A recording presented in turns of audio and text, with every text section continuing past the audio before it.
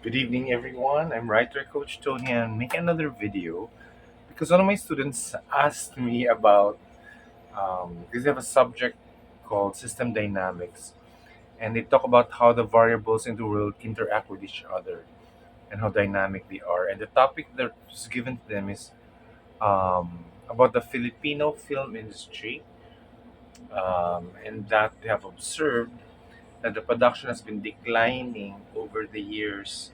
So they want my insights on it. So disclaimer: I have no connection with the film industry. I am not a major. I'm not a scriptwriter. I'm a director. I'm mainly a producer. My brother and I we used to produce shows, fashion shows and different types of shows, entertainment shows. But we've never really produced a full length film. So I'm answering this question more as a movie fan because I've been watching movies since I was in the 80s pa, and I do watch Filipino movies. And so I just want to help um, these young people to find out what I think now as a movie fan, as a customer, what variables is making it more difficult for the Filipino film industry to recover. So if you notice, a few weeks ago, the Metro Manila Film Festival had released a list of I think six films. No, so to those who do not know, the Metro Manila Film Festival happens twice a year, but every December, starting from December 25 until January 1, and usually it extends for 1 or 2 weeks more.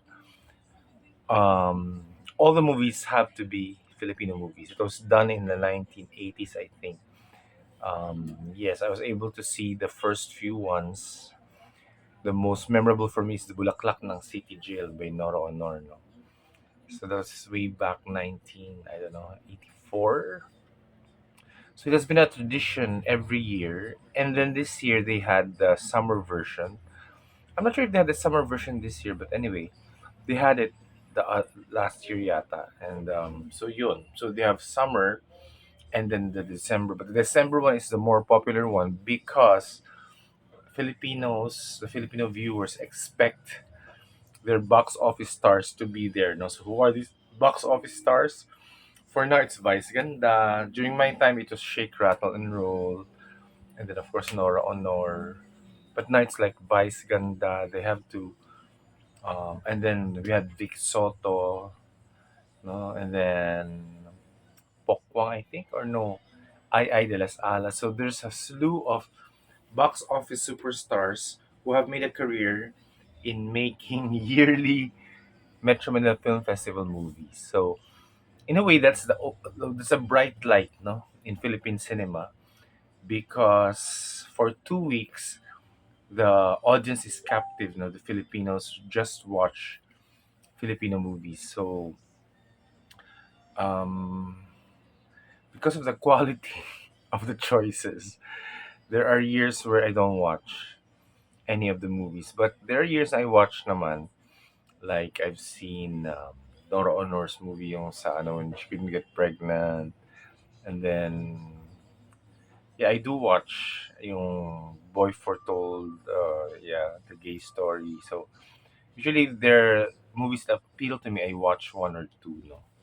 So yun, I do support, but I don't watch yung mga Vice Ganda. I'm sorry, just not my cup of tea. That just doesn't entertain me. So, what are the variables that make it difficult for the Filipino industry to recover? I think number one is the cost. The movie tickets are really expensive now. The cheapest movie ticket is 350 pesos. That's about $7 US, more or less. That's the cheapest. That's the one in Fisher Mall, but the bigger cinemas have it at 400 pesos. So that's $8 per person. Then if you want popcorn, there's $10 option. And then if you want those recline seats, it's another $10 to $11. So that's 550 pesos per person. So if you're a family of four, watching a movie now will set you back 2,000 pesos just for the movie. You haven't eaten dinner yet, you're parking, you're, you know, other stuff you do when you're in the mall. So that's a big problem for many middle class Filipinos because what happens is with those steep prices, it becomes watching a movie becomes an event. So this year there were several event movies. No, like our family, we watched Barbie together, Taylor Swift's Eras Tour, Oppenheimer. Yeah, those three. We watch it as a family.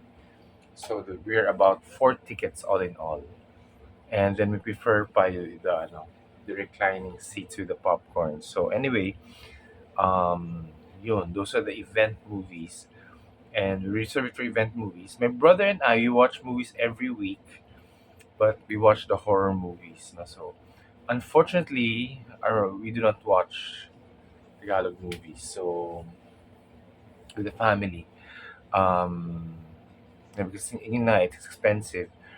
I mean, 350 pesos, 400 pesos, and then the story is just, not very interesting for us. No, for us. Okay, so that's the cost is number one. Number two, competition of the different formats because when the pandemic came, I never watched before on a TV or on a cell phone, never. But due to the pandemic, I was trained. So now I watch maybe three-fourths of my movies, my TV shows on my phone, and we have this big TV outside. So that's where I watch it now. So we're subscribed to so many channels, no? Netflix, Disney Channel, HBO Go, Amazon Prime, and of course our cable also, which has HBO, whatever. So sometimes I wait, no, like I missed Killers of the Flower Moon, but they said they were going to um, release it on Netflix. So I missed the version, the movie house version, because I was so busy. But I might end up watching the Netflix version. So there was a time when most of the Oscars I just watch it on Netflix. Because one problem with the Philippines also is most of the Oscar winning movies do not reach the big screen here. So that's also a problem for Filipino movies. Although right now there are many bridge owning Filipino websites. No? So the ones I know is Prime Video. They have the Tental Mistresses. I don't know even know if that's a movie. And then Disney, I watch Expensive Candy. So that's my goal now to watch Filipino movies in the format like in Disney Channel. So I'm still paying every month. So I'm still supporting the movies, the actors. I think that's one of the problems. No, people now prefer to just stay at home. Kasi nga, no more parking, no more gas. I mean, you just go to the mall if you want an event movie, or you want to kill time with your boyfriend, girlfriend, husband, wife, or family members. Otherwise, the option now for many people, especially the young people, because the youth now they prefer watching through their gadgets. So that would be a very big problem for Filipino movies. No? How to attract the young people, because the young people have to watch Filipino movies. I'm trying to rear my niece and my nephew to watch, but I have to choose the movie. So I've seen the list already, and of the Metro Manila Film Festival, and maybe we'll watch one or two of those. Um, so what are the variables and the competition? The platforms have changed. There's Netflix, and there's cell phones, and there's TV. I mean, you can watch it on TV. You can watch it to the different Netflix like that. So yun na yung competition ng local movies. Number three, there's almost no government help. I don't know what the government help is. Although I know the MOEL Fund, no? The Film Development Council of the Philippines is headed by, I think, Tirsa Cruz III, is strongly helping. There's a competition here known as Sinimalaya. It happens every June, and one of the rich Kuwangpos, um, forgot his name, he used to give grants of like 500,000 to 1 million pesos per filmmaker. So they make these movies, and for many, many Filipino fans, that's the watershed, no? Because they love the stories, they love the movies that come out of Cinemalaya. Unfortunately for me, since it's June, it's Wimbledon time tennis, so I was not really able to concentrate on Cinemalaya. But I have many friends in Facebook, photographers, fans, scriptwriters, who's and of course movie fans, co-teachers from my former school. They love watching Cinemalaya movies. So um, yun, we can take a cue from that. So it's not that the reason why it's declining is um, not really because we lack ideas, but um, yeah, we need money. We need financing. It's also the problem in America. No? They have to look for people to finance their films, and unfortunately for America, there's such a big. There are so many, um, hedge funds and people who have extra money, millionaires, billionaires. Because I read the story of Harrods. No, they produced Chariots of Fire, the movie that won Best Picture. So the dad of Al Fayed, the boyfriend of Princess Diana, produced Chariots of Fire because he had money. Because the movie makers went to him and asked for money. So I don't think we have that system here in the Philippines. We have the Cinemalaya. The problem with Cinemalaya, I'm not even sure if Kuwangko is still giving money. So I don't know how the MOEL Fund or the Film Development Council of the Philippines is going to support future Filipino movies. And of course, another good news is there are many independent, smaller movie outfits, like the Idea Company, and then I think Viva Films is very active. Star Cinema used to be very active at GMA7 Films, but Star Cinema was like the top before. During my time, it was Regal Films, Seiko Films, but the matriarchs and the owners are already older than me, so they kind of retired, and the young people haven't really stepped up to the plate. So yun ang mahirap. But anyway, there are younger production outfits are producing movies.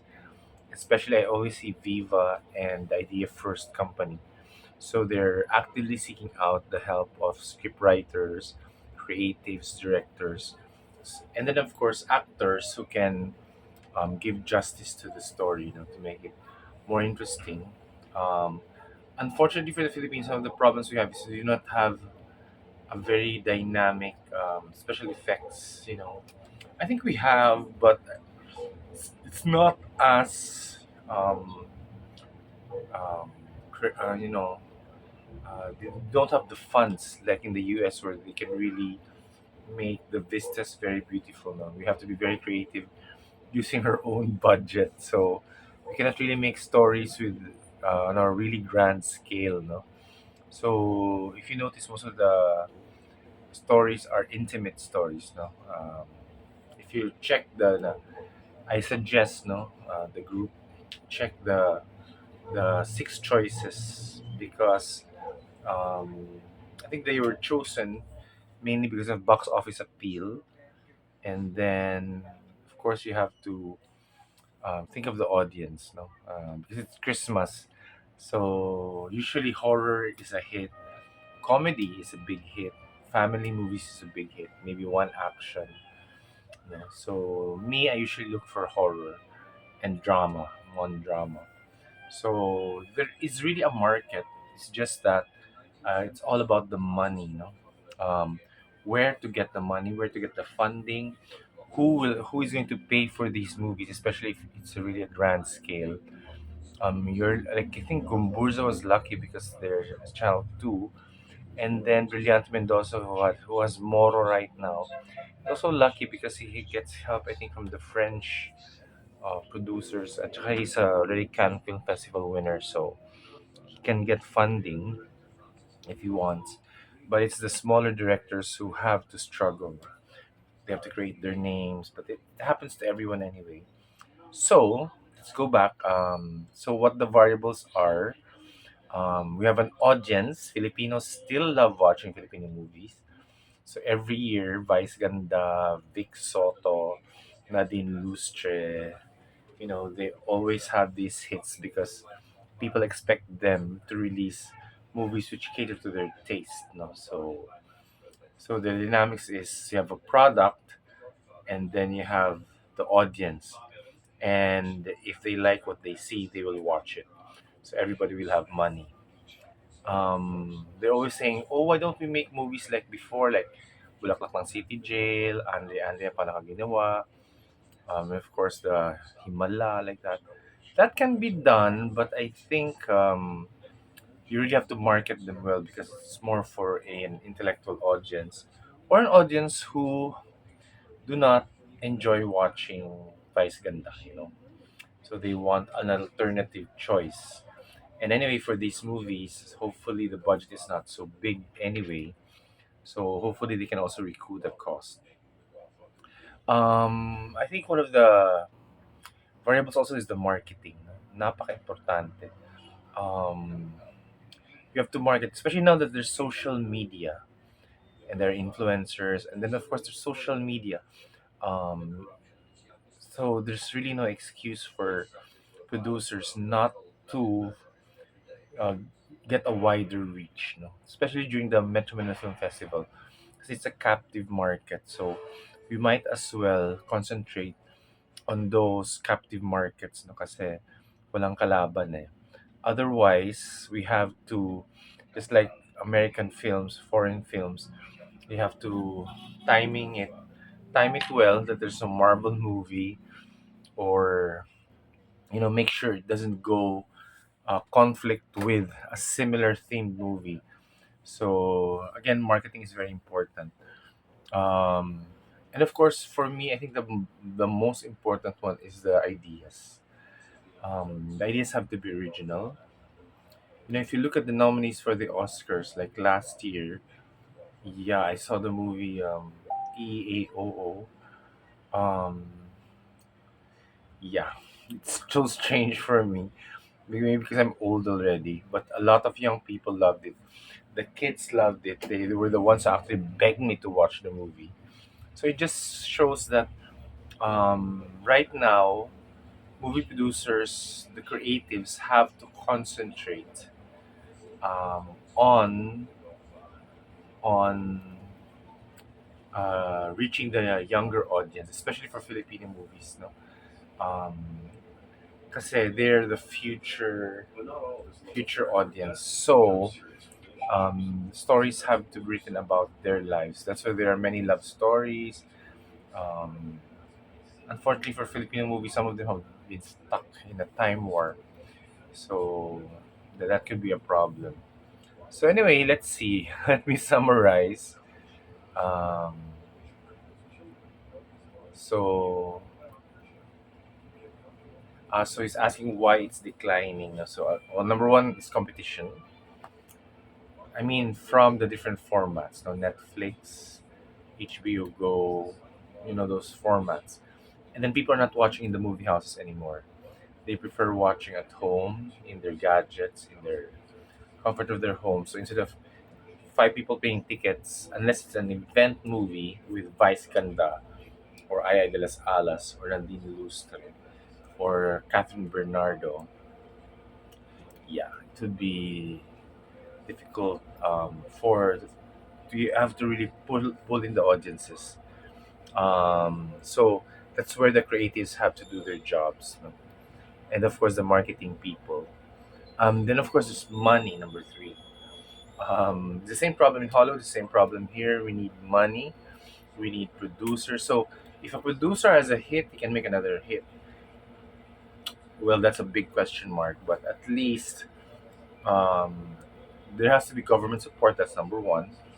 To the Film Development Council of the Philippines and the Mowel Fund. I know these two film organizations are giving money. And then Cinemalaya, I don't know who's giving money anymore, but if they're still giving money, if Kuwangko is still giving money, but they're also a big help. And of course, the small producers. No? Like me, my ambition is to start with YouTube because the YouTube is a captive market and you can really earn from it. So I'll practice first through YouTube and then hopefully in the future if I have a budget, because it has to be in the millions. Maybe my friends said maybe 3 to 5 million. So that's it's a lot of money to invest on a film, which you may get zero. Because again, another factor are the taxes. What I learned before is half of the tickets are goes to the government. So if 350, 175 goes to the local market, then there are many people who tax CBIR, and then the amusement tax. So I suggest the researchers, the kids, you research that because when I was younger, I remember kasi my tickets before 200 pesos, 250 pesos. Half of it will go to the government for tax and stuff. Only half will go to the producer. And then of course plus that they're also taxed. So another 30%. So let's say if they gross 100 million, 50 million is theirs, plus their 50 million is also taxed. So plus their expenses pa, no? The movie stars have to pay, the marketing. So yeah. So it's not an easy, So there's another problem, the taxes. The government taxes is very steep here. What you can do is compare it to the other countries because I think other countries they don't tax that much.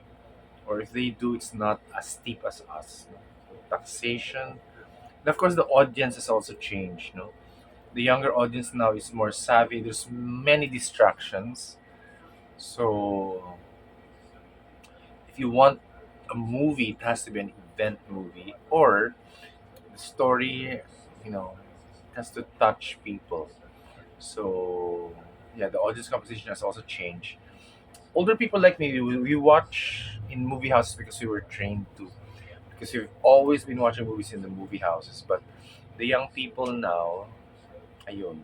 If you go to the bigger malls here in the Philippines, most of the cinema complexes have been changed into food courts and mixed use um, retail shops na. So the number of movie houses have diminished because the demand also has diminished. So the key there for Filipino movies is to continuously look for stars, no? Which will titillate the viewers. No? So the current crop, I think, as I said, was Catherine Bernardo, Nadine Lustre, Vice Ganda, Aya de las Alas, I think. So they have to look for, um, let me see, the what are the other MMFF 2023 entries. Let's see. Oh, Christian Bubbles, Vilma Santos is here. Oh, Alessandra De Rossi is also here. Lola Pascual. So it's a very strong, Sharon Cuneta is also here. Matteo Giudicelli, Beauty Gonzalez, Marion Rivera. So it's a very strong group. Vilma Santos, Paula Pascual. It's a very strong group. So yeah. So I think and it's all different. It's Gombursa historical biopic, Malyari's horror. When I met in Tokyo, Villa Santos is romance drama. For me, my first choice here, I think, would be Malyari. I want horror. And Becky and Badette, I think, the comedy. Yes, Eugene Domingo and Pokpong, that would be my first. And then they said Broken Heart Strip is a gay movie, so that would be my second. So I usually go for comedies first and then drama. Then most likely I'll watch everything. Yeah, let's see if I have money because it's 350.